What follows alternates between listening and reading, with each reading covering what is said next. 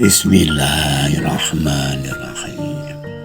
Assalamualaikum warahmatullahi wabarakatuh. Wahai anak-anakku, murid-muridku yang senantiasa dirahmati oleh Allah SWT. Marilah kita lanjutkan pelajaran kita, ngaji belajar murid. Kali ini kita membahas mengenai sebungkus nasi, syariat dan hakikat. Begitu masuk rumah, Haji Umar segera memberikan sebungkus nasi kepada Hasan, anaknya. Sambil menerima bungkusan itu, Hasan bertanya, apa isinya? Ayahnya menjawab, sudahlah, dibuka saja, nanti akan tahu sendiri, jawab ayahnya. Begitu bungkusan dibuka, Hasan bersorak kegirangan. Isinya nasi goreng kesukaannya, nasi gorengnya Pak Cokro. Sepintas secuil cerita ini tidak ada artinya sama sekali. Namun, jika saat itu malaikat Jibril datang melintas dalam pikiran kita yang jernih, maka jadilah kejadian itu menjadi petunjuk bagi kita. Sebungkus nasi adalah ibarat antara syariat dan hakikat, di mana bungkusnya adalah syariat dan isinya adalah hakikat. Tidak ubahnya jasmani dan rohani, jasad dan ruh.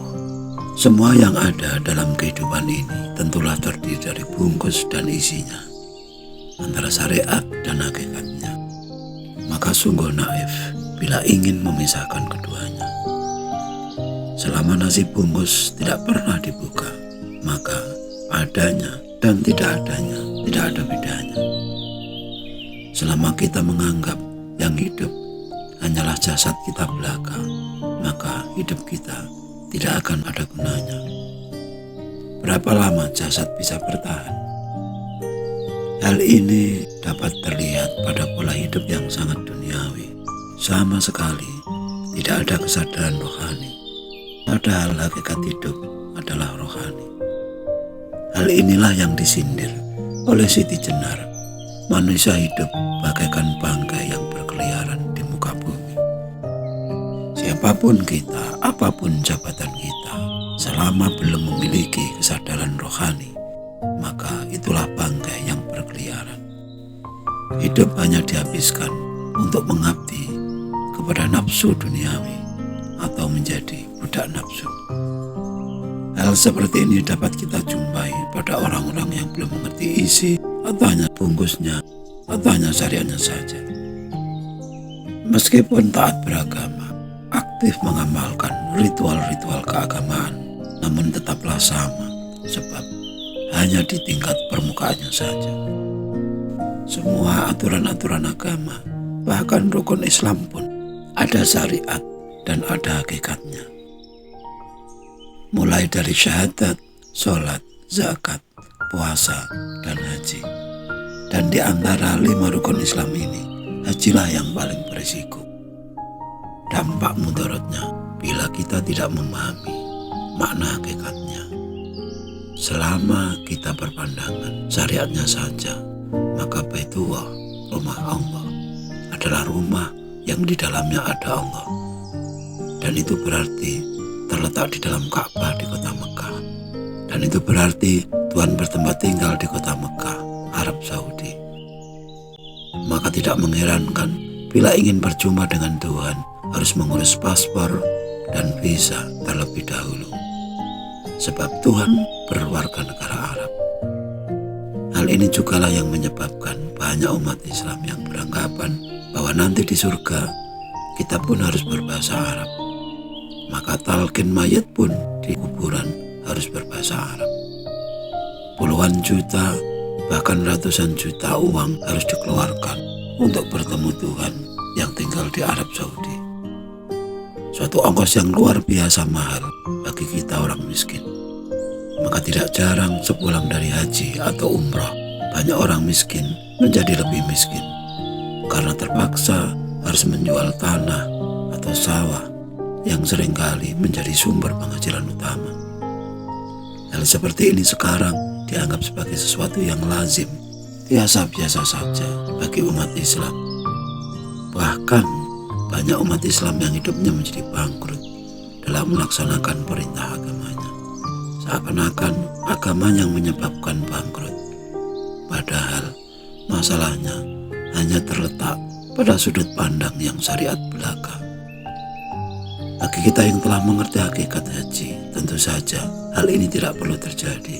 Sebab Tuhan berada di dalam hati hambanya yang beriman.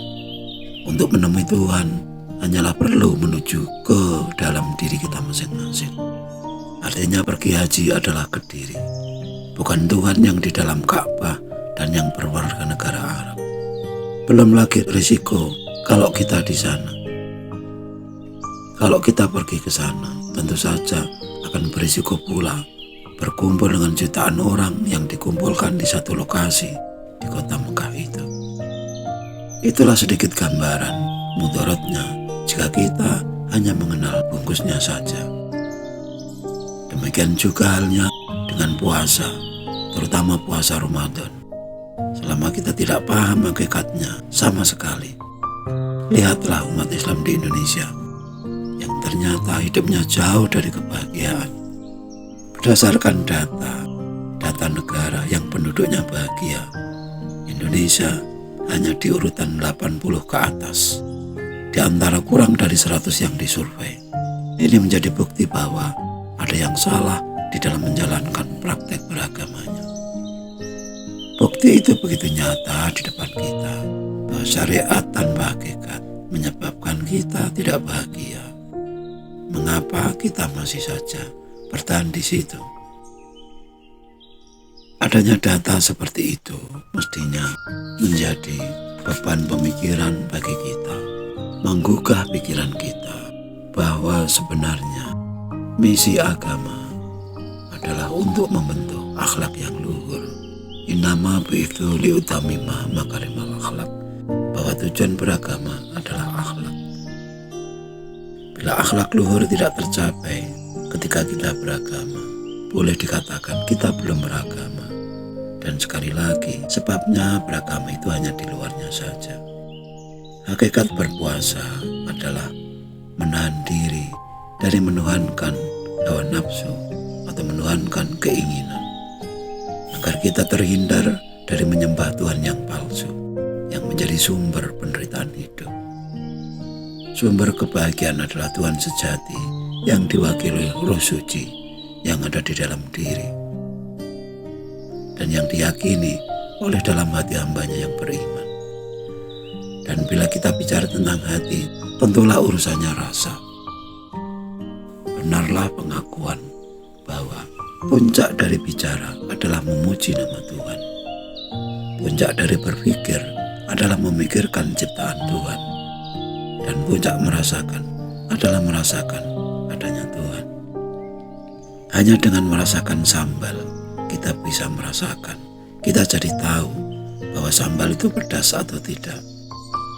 Kita tidak bisa hanya dengan menyentuhnya saja, apalagi hanya dengan melihatnya saja. Hanya dengan berbicara tentang ketuhanan, namun tidak merasakan, tidak membuat kita bahagia. Bukankah memang demikian? Sekian dulu wejangan yang mohon maaf atas segala kekurangan. Semoga selalu bermanfaat dan marilah berdoa bersama. Ya Allah, mudahkanlah jalan pengabdian kami kepadamu. Amin, amin, amin ya Rabbal Alamin. Wassalamualaikum warahmatullahi wabarakatuh.